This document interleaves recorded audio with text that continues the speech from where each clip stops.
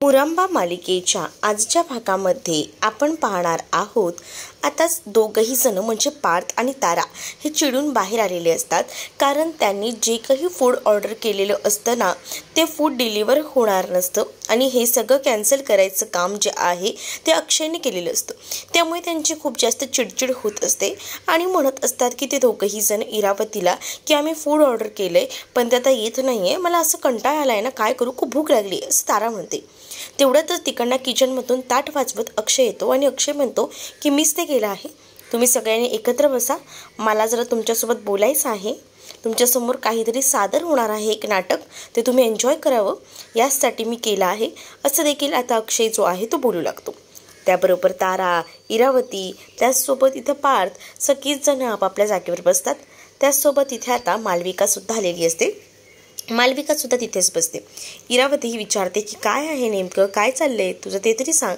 पण आता मालविका जी आहे आणि इरावती हे दोघंही जण पाहत राहतात. तर अक्षयने आता एक अँकरिंगचं काम सुरू केलेलं असतं. अर्थाने खूप छान असं गणपतीचा अवतार घेतलेला असतो आणि अर्था गणपतीचा अवतार घेऊन तिथे हजर असते. तर या सगळ्याची कथा जी आहे ती सांगायचं काम जे आहे ते अक्षय करत असतो. म्हणजे गणपती असतो, गणपती नेहमीच काही ना काही कुरघोड्या करायचा, म्हणजेच तो आपल्या आईशी खोटं बोलायचा, आईसोबत बऱ्याच गोष्टी ज्या आहेत त्या बोलून दाखवायचा, पण आईला खरं काही सांगायचं नाही. आणि अर्थाने हा रोल प्ले केलेला असतो. सगळीच जण पाहत असतात. अक्षय ही कथा सांगत असतो आणि त्याच वेळेला जेव्हा ही गोष्ट सांगत असतो तेव्हा मुलं देखील एकदम आतुरतेने ही गोष्ट ऐकत असतात. तर या गोष्टीमध्ये असं असतं की खरं तर गणपती बाप्पा जो असतो तो बसलेला असतो आणि त्याच्यासमोर एक मांजर असते. तो नेहमीच त्या मांजरीचे कान उडत असायचा, म्हणजे त्या मांजरीची खोडी काढायचा. पण या सगळ्याबद्दल आहे ना, तो कधीच त्याच्या आईला म्हणजे पार्वतीला सांगायचा नाही. पण या गोष्टी पार्वतीला कशा तरी कळायच्या, कारण शेवटी ती आई असते आणि आईला जे बाळ असतं ते खोटं बोलतं हे लगेच समजतं. आणि तसंच इथे देखील झालेलं असतं. आणि नेहमीच या चुका ज्या आहेत त्या गणपती बाप्पा करत राहायचे आणि ह्या चुका ज्या आहेत त्या पार्वती आईंना कळायच्या. तेवढ्यातच पार्वती आई तिथे येतात. आता पार्वती आईचं गेटअप करून जे आहे ती रमा आलेली असते. त्या रमाकडे अक्षय एकटक पाहत राहतो. त्या रमाकडनं आता अक्षयची काही नजर हटत नसते, तो कंटिन्यू पाहू लागतो. त्याच वेळेला आता रमा डोळ्याने इशारा करते. त्याबरोबर अक्षय जो आहे तो भानावर येतो आणि अक्षय जो आहे तो पुढची कथा सांगायला सुरुवात करतो. आणि त्या कथेमध्ये तो सांगत असतो की आता ही जी पार्वती आई आहे तिच्या समोरसुद्धा आता हे सत्य येणार आहे की तिचं बाळ म्हणजेच गणपती बाप्पा हा कशा पद्धतीने खोटं बोलतोय. आणि त्याच वेळेला आता पार्वती ही लगेच गणपती बाप्पाकडे जाते आणि त्याला म्हणते की मला माहिती आहे तू खोटं बोलतोय, मग तू असं का बोलतोय याचं कारण मला द्यायचं, असं देखील म्हटलेलं असतं. आणि त्याच वेळेला आता तो काही खरं सांगत नाही. पुन्हा तसाच प्रसंग घडतो. आता पुन्हा एकदा गणपती बाप्पाकडे खेळायला कोणच नसतं, त्याच्याकडे ती मांजरच असते आणि तो पुन्हा एकदा त्या गणपती बाप्पाचे कान पिळतो. आणि जेव्हा ते कान पिळले जातात ना, तेव्हा पार्वतीने पाहिलेले असतात. म्हणूनच आता पार्वती जी आहे ती स्वतःला त्रास करून घेते. आणि जेव्हा तिला स्वतःला त्रास होतो ना, तेव्हा लगेचच गणपती बाप्पा तिच्याकडे धावत जातात आणि म्हणतात की काय झालं आहे हे, म्हणजे आई तू का रडते, तुला काही त्रास होतोय का.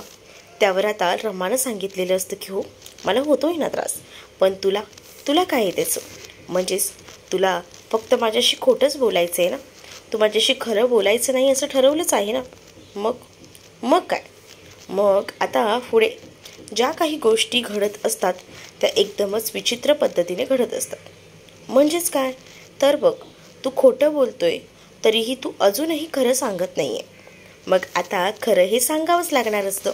म्हणूनच आता लगेच पार्वतीचं रूप घेतलेली ही रमा अर्थाकडनं म्हणजेच गणपती बाप्पाकडनं खरं वधवून घेत असते. आणि तिचं लक्ष जे आहे ते आरोहीकडे असतं. आरोहीचं या सगळ्याकडे काय रिॲक्शन आहे, काय त्यांचं चाललं आहे डिस्कशन, हे सगळं काही बोलणं बघणं हे सगळं काही रमाचं सुरू असतं.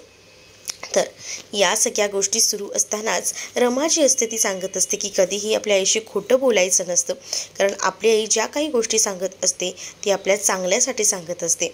आणि या सगळ्या गोष्टी ज्या आहेत त्या जेव्हा आता इथे ऐकल्या जात असतात ना, तेव्हा मात्र आता आरोहीला सुद्धा तिची कुठेतरी चूक कळत असते. म्हणूनच आरोही एकटक पाहत असते त्यानंतर मात्र आता रमा जेव्हा अर्थाला समजावत असते ना, म्हणजे गणपती बाप्पाला, तेव्हाच ती म्हणत असते की बघ, जेव्हा आपलं बाळ ना खोटं बोलतो तेव्हा सगळ्यात जास्त त्रास जो आहे ना तो त्याच्या आईला होत असतो. त्याची आई खूप दुखावलेली असते. असं बोलूनच तिने आता त्या बाप्पाला जवळ घेतलेलं असतं. आणि अचानकपणे अक्षय आणि रमा तिथेच असताना रमाला चक्कर येऊ लागते.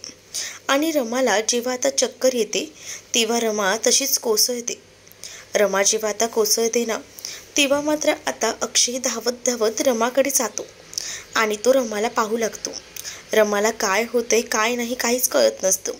तर दुसरीकडे आरोहीचं सुद्धा लक्ष असतं. आरोहीही बघत असते. तर इरावती आता घाबरलेली असते, कारण इरावतीला कळलेलं असतं की हे नाटक आहे आणि या नाटकात या लोकांनी उत्तम कामगिरी केलेली आहे आणि या सगळ्यामुळे आपलं भांडं फुटू शकतं. जशी रमाला चक्कर येते तशी आरोही जागेवरनं उठत जाते आणि लगेचच रमाला उठवायचा प्रयत्न करते. आई उठ ना, आई उठ ना, आई तुला काय झालंय? मी तुझ्याशी खोटं बोलले, मीच पैसे घेतले होते बाप्पाकडचे, असं काहीसं खरं ती बोलून जाते. त्यावेळेला मालविका आणि इरावतीची तोंड पाहण्यासारखी झालेली असतात. अक्षय देखील रमाला उठवायचा प्रयत्न करत असतो, पण रमा काही केल्या हलतच नसते. रमाला आता काय झालंय काय नाही हे काहीच कळायला मार्ग नसतो. दुसरीकडे आता मालविका ही बेडरूममध्ये जाते, आपले कपडे वगैरे पॅक करत असते. इरावतीला ती म्हणत असते की सॉरी, पण इथून पुढे मी तुमच्यासोबत काम करू शकणार नाही, माझी मी निघून जाते, असं देखील आता इरावतीला तिने सांगितलेलं असतं. मालविका म्हणत असते की तुम्ही मला खूप काम दिलं, माझी जबाबदारी घेतली, पण आता नाही हां, आता मी एक क्षणही इथे थांबणार नाही. बघितलं ना बाहेर काय झाले, सगळं काही तिने सांगून टाकले. आता फक्त तिने एवढंच सांगायचे की हे सगळं केलंय कोणी ते. मग तर कामच झालं. म्हणजे काय तर सगळ्या काही गोष्टी ज्या आहेत त्या व्यवस्थित ते क्लिअर झालेल्या आहेत आणि त्यामध्ये काहीही प्रॉब्लेम नाही आहे. आणि या सगळ्या गोष्टी तिने जर सांगितल्या तर आपण गोत्यात येऊ शकतो, हे देखील तितकंच खरं आहे असं देखील आता म्हटलं जातं. दुसरीकडे पार्थ आणि त्याचसोबत आता तारा ज्या आहेत ते दोघंही जण तिथे येतात. त्या दोघांची एकच तक्रार असते की आम्ही फूड ऑर्डर केलं आहे आणि आमचं फूड जे आहे ते आमच्यापर्यंत पोचू दिलेलं नाही आहे. म्हणजेच आमचं फूड जे आहे ते आता कॅन्सल झालं आहे आणि हे सगळं करायचं काम जे आहे ना ते त्या रमाने केलं आहे. ती रमा आली ना तेव्हापासून आमचं जगणं मुश्किल झालं आहे, असं देखील आता इथे असणारी तारा आणि पार्थ हे दोघंही जण म्हणत असतात. दोघंही जेव्हा असं म्हणतात ना तेव्हा मात्र त्यांची अपेक्षा अशी असते की काहीतरी आपल्याला सोल्युशन मिळायला हवं, म्हणजे आपल्या बाजूने काहीतरी घडायला हवं. पण त्या काही गोष्टी तशा घडत नसतात आणि त्यामुळेच आता दोघंही जण जे आहेत ते विचार करू लागतात. तर इकडे मात्र आता इरावतीसुद्धा रडकुंडीला आलेली असते. ती म्हणत असते तुम्हा लोकांना काय करायचं आहे ना ते करा, पण मला काही विचारू नका. तुम्हाला जे विचारायचं आहे ते त्या अक्षयला विचारा, त्या रमाला जाऊन विचारा, पण मला विचारू नका. तर दुसरीकडे आता रमा हिनं काहीच खाल्लेलं नसतं कालपासनं, म्हणून तिला अचानकपणे चक्कर आलेली असते आणि तिच्यावर आता भरवायचं काम जे असतं ते आरोही करत असते. कारण आरोहीला आपली चूक कळलेली असते की आरोहीला कळून चुकतं की आपण जे काही काल वागलेलो आहे त्यामुळे आपल्या आईने स्वतःला त्रास करून घेतला आहे, तिने काही खाल्लं पिल्लं नाही आहे आणि त्याचसोबत आज जी काही गोष्ट तिच्यासमोर रंगवण्यात आली होती त्यामुळे सुद्धा तिला आता कळलेलं होतं की आपण किती चुकतोय. तर दुसरीकडे आता पार्वती आजी देखील अक्षयला म्हणत असते की बघितलंस का, असं मुलांना प्रेमाने समजून सांगायला हवं, तेव्हा त्यांना त्यांची चूक समजते. जशी आता आपल्या आरोहीला तिची चूक कळलेली आहे. आरोही बघ, आता तिला कळलं आहे ना तिनं काय घडवून आणलं आहे, काय केलं आहे ते, मग आता कसं एकदम खरं खरं सगळं बोलते. तसंच हे त्यांना ना समजवायला हवं व्यवस्थितपणे आणि ते काम ना आपली रमाबरोबर करत असते. तर दुसरीकडे मात्र आता अक्षयलाही पटत असतं. तर आरोही जी आहे ती रमाची माफी मागत असते. आरोही रमाला म्हणत असते की आई, मला कळतंय माझ्याकडनं खूप चूक झालेली आहे, मी तुझ्याशी खोटं बोलले, मी तसं बोलायला नको होतं. तर त्याच वेळेला हे सगळं तुला करायला कोणी सांगितलंय असा प्रश्न आता इरावती आजी करतात, जेणेकरून इरावतीचं नाव समोर येईल असंच वाटत असतं त्यांना. आणि ज्या वेळेला आता इरावतीच्याबद्दल बोलायला जाणार असते, पण आता अक्षयच म्हणतो की उगाच कशाला विषय ताणायचा आहे, नको नको, आपण या विषयावर नको जास्त बोलायला, आणि असं बोलून तो विषय कट करायचा प्रयत्न करत असतो. तर त्याच वेळेला आता इरावतीच्याबद्दल तिनं अजून तरी काही सांगितलेलं नसतं, पण दुसरीकडे मात्र ती लगेच जागेवरनं उठते आणि ती बाहेर जायला निघते. तर लगेच रमा आणि अक्षय पाहत असतात आणि रमा आणि अक्षय विचारतात की काय झालं आहे, तर तिने आता तिची स्कूल बॅग आणलेली असते आणि स्कूल बॅगमध्ये जे काही तिनं मुलांकडनं काही ना काही चोरून आणलेलं असतं, म्हणजे काही शॉर्पनर असू द्या, काही रबर असू द्या, ते सगळं काही ती बॅगेतनं काढते आणि ते बॅगेतनं काढून आहे ना आता ती रमा आणि अक्षयला दाखवू लागते. रमा अक्षय चकित होतात आणि विचारतात की हे सगळं काय आहे. त्याच वेळेला आता ती रमा अक्षयला सांगते की हे सगळं खरं तर मी ते स्कूलमधून आणलं होतं, मी माझे जे फ्रेंड्स आहेत त्यांचं घेतलं होतं आणि आता मी अशी चूक पुन्हा करणार नाही असं देखील तिने आता म्हटलेलं असतं. तिने आता हे सगळ्या गोष्टी म्हटल्यावर रमा आणि अक्षय एकमेकांकडे पाहत असतात, कारण तिने ऑलरेडी हे सगळं करून खूप मोठी चूक केलेली असते, पण आता तिला सुधारायचं असतं आणि याचसाठी तिचे प्रयत्न सुरू असतात. आणि तिने सांगितलेलं असतं की तुम्ही माझ्याबद्दल काही गैरसमज करून घेऊ नका, पण यानंतर मी असं वागणार नाही असं देखील तिने समजून आणि उमजून सगळं काही सांगितलेलं असतं. आणि स्वतः तिनं आता पुन्हा एकदा कान धरून माफीही मागितलेली असते. आणि जेव्हा आता ती माफी मागते ना तेव्हा सगळे गैरसमज दूर होत असतात. म्हणजेच रमा जी आहे ती आता आरोहीला जवळ घेते आणि आरोहीला म्हणत असते की बाया, एकदा चूक झाली, पुन्हा चूक करायची नाही. त्याच वेळेला रमाला आरोही देखील म्हणत असते की आई सॉरी, माझं चुकलं, मी खूप मोठी चूक केली आहे, पण इथून पुढे तसं होणार नाही. आणि असं बोलूनच तिनं आता रमाला जवळ घेतलेलं असतं. तर आरोही जे आहे ती अक्षयलासुद्धा आपल्या बाजूला बोलवते. म्हणजेच ती आता अक्षयलाही सांगते की अक्षय तूही इथे ये ना. आणि अक्षयही त्यांच्या बाजूला जातो. अक्षयचाही आता तिने हात धरलेला असतो. जेव्हा आता तिने अक्षयचा हात धरलेला असतो ना तेव्हा मात्र आता जी रमा आहे तीसुद्धा पाहत राहते. रमाला थोडा अनकम्फर्टेबल फील होतं, कारण मध्ये जी आहे ती आरोही असते आणि आजूबाजूला जो आहे तो अक्षय आणि रमा असतात. अक्षय रमा एकटक पाहत असतात एकमेकांकडे. तर दुसरीकडे आता आरोही जी आहे ती म्हणत असते की पुन्हा मी अशी चूक करणार नाही. आणि इकडे आता जी पार्वती आजी असते ना तिला खरं तर खूप जास्त त्रास होत असतो. म्हणजे पार्वती आजी विचार करते की माझ्याकडनं खूप चूक झालेली आहे, मी खूप मोठा गुन्हा केलेला आहे, मी हे करायला नको होतं. म्हणजेच माझ्यामुळेच हे कुटुंब जे आहे ते उद्ध्वस्त झालं आहे आणि मी जर तेव्हा त्या इरावतीची साथ दिली नसती ना तर हे सगळं काही घडलंच नसतं. मुळात मी हे सगळं करायला नको होतं असा देखील कुठेतरी समज जो आहे तो आता तिचा झालेला असतो. आणि तो समजच तिचा झाल्यामुळे तिला या सगळ्या गोष्टीचा आता पश्चाताप होऊ लागतो. ती एकटक आता त्या फॅमिलीकडे पाहत असते, म्हणजेच रमा, अक्षय आणि आरोहीकडे. ती म्हणते की मीच ही फॅमिली उद्ध्वस्त केली आहे त्या इरावतीच्या नादाला लागून, आता मला या सगळ्या गोष्टी कळत आहेत असं देखील आता ती म्हणू लागते. अक्षयही आता आरोहीचे लाड करत असतो, आरोहीला जवळ घेत असतो, कारण त्यालाही कळलेलं असते की काही चूक झाली आहे, पण आता तिला ती चूक लक्षात आली आहे. दुसरीकडे इरा आणि त्याचसोबत पार्थ आता मोठं रामायण करायचं ठरवतात. म्हणजेच आता त्यांना जे काही हवं असतं खायला ते भेटत नसतं आणि त्यामुळेच आता घर पूर्णपणे डोक्यावर घेतलेलं असतं. त्यांनी घर डोक्यावर घेतलेलंच असताना इथं अक्षय तिथे येतो. अक्षय म्हणतो की काय झालं आहे. त्यावर अक्षयला तारा सांगू लागते की आम्हाला खायलासुद्धा आता या रमाकडे जावं लागणार आहे का, तू आमच्याकडे लक्षही देत नाही आहे, जेव्हापासून तुझी बायको आली आहे तेव्हापासून तू आम्हाला इग्नोर करतो आहेस, म्हणजे तू आम्हाला एकाही शब्दाने विचारत नाही आहेस की तुम्हाला काय हवं आहे काय नको. त्यावर मात्र आता अक्षयला राग येतो. अक्षय म्हणत असतो की काय लावलं आहे हे, तुम्ही ना आता हे बायको पुराण बंद करा. मग आता पार्थ म्हणतो की तुला कळतं आहे का, या रमाने म्हणजेच तुझ्या बायकोने आमचं सगळं खाणं पिणं बंद करून टाकले, आम्हाला काही ऑर्डर करायलासुद्धा भेटत नाही आहे. तर मग या सगळ्यामध्ये काय आहे, उलट चांगलीच गोष्ट आहे ना, बाहेरचं खाऊ नका सारखं सारखं असं देखील अक्षयचं म्हणणं असतं. पण त्याच वेळेला पार्थ आणि त्याचसोबत इकडे आता तारा जी असते ते दोघंही जण आता अक्षयला रमाविरुद्ध भडकवायचा प्रयत्न करत असतात.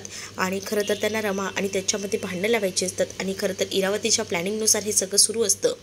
तर अक्षय जो आहे तो म्हणत असतो की जेव्हापासून तुझी आई तुला एकट्याला इथे सोडून गेली तेव्हापासून सगळी जबाबदारी मी स्वीकारतोय, तुम्हा लोकांना काही कळतंय का, तुम्हाला त्याचं काहीच नाही ना. त्याच वेळेला आता रमाचं नाव घेतल्यानंतर, रमाबद्दल काहीतरी वाईट बोलल्यानंतर अक्षयला सुद्धा राग येतो. अक्षयने आता तारावर हात उचललेला असतो. त्यावर ताराही चिडते आणि तारा जी आहे तिकडनं निघून जाते.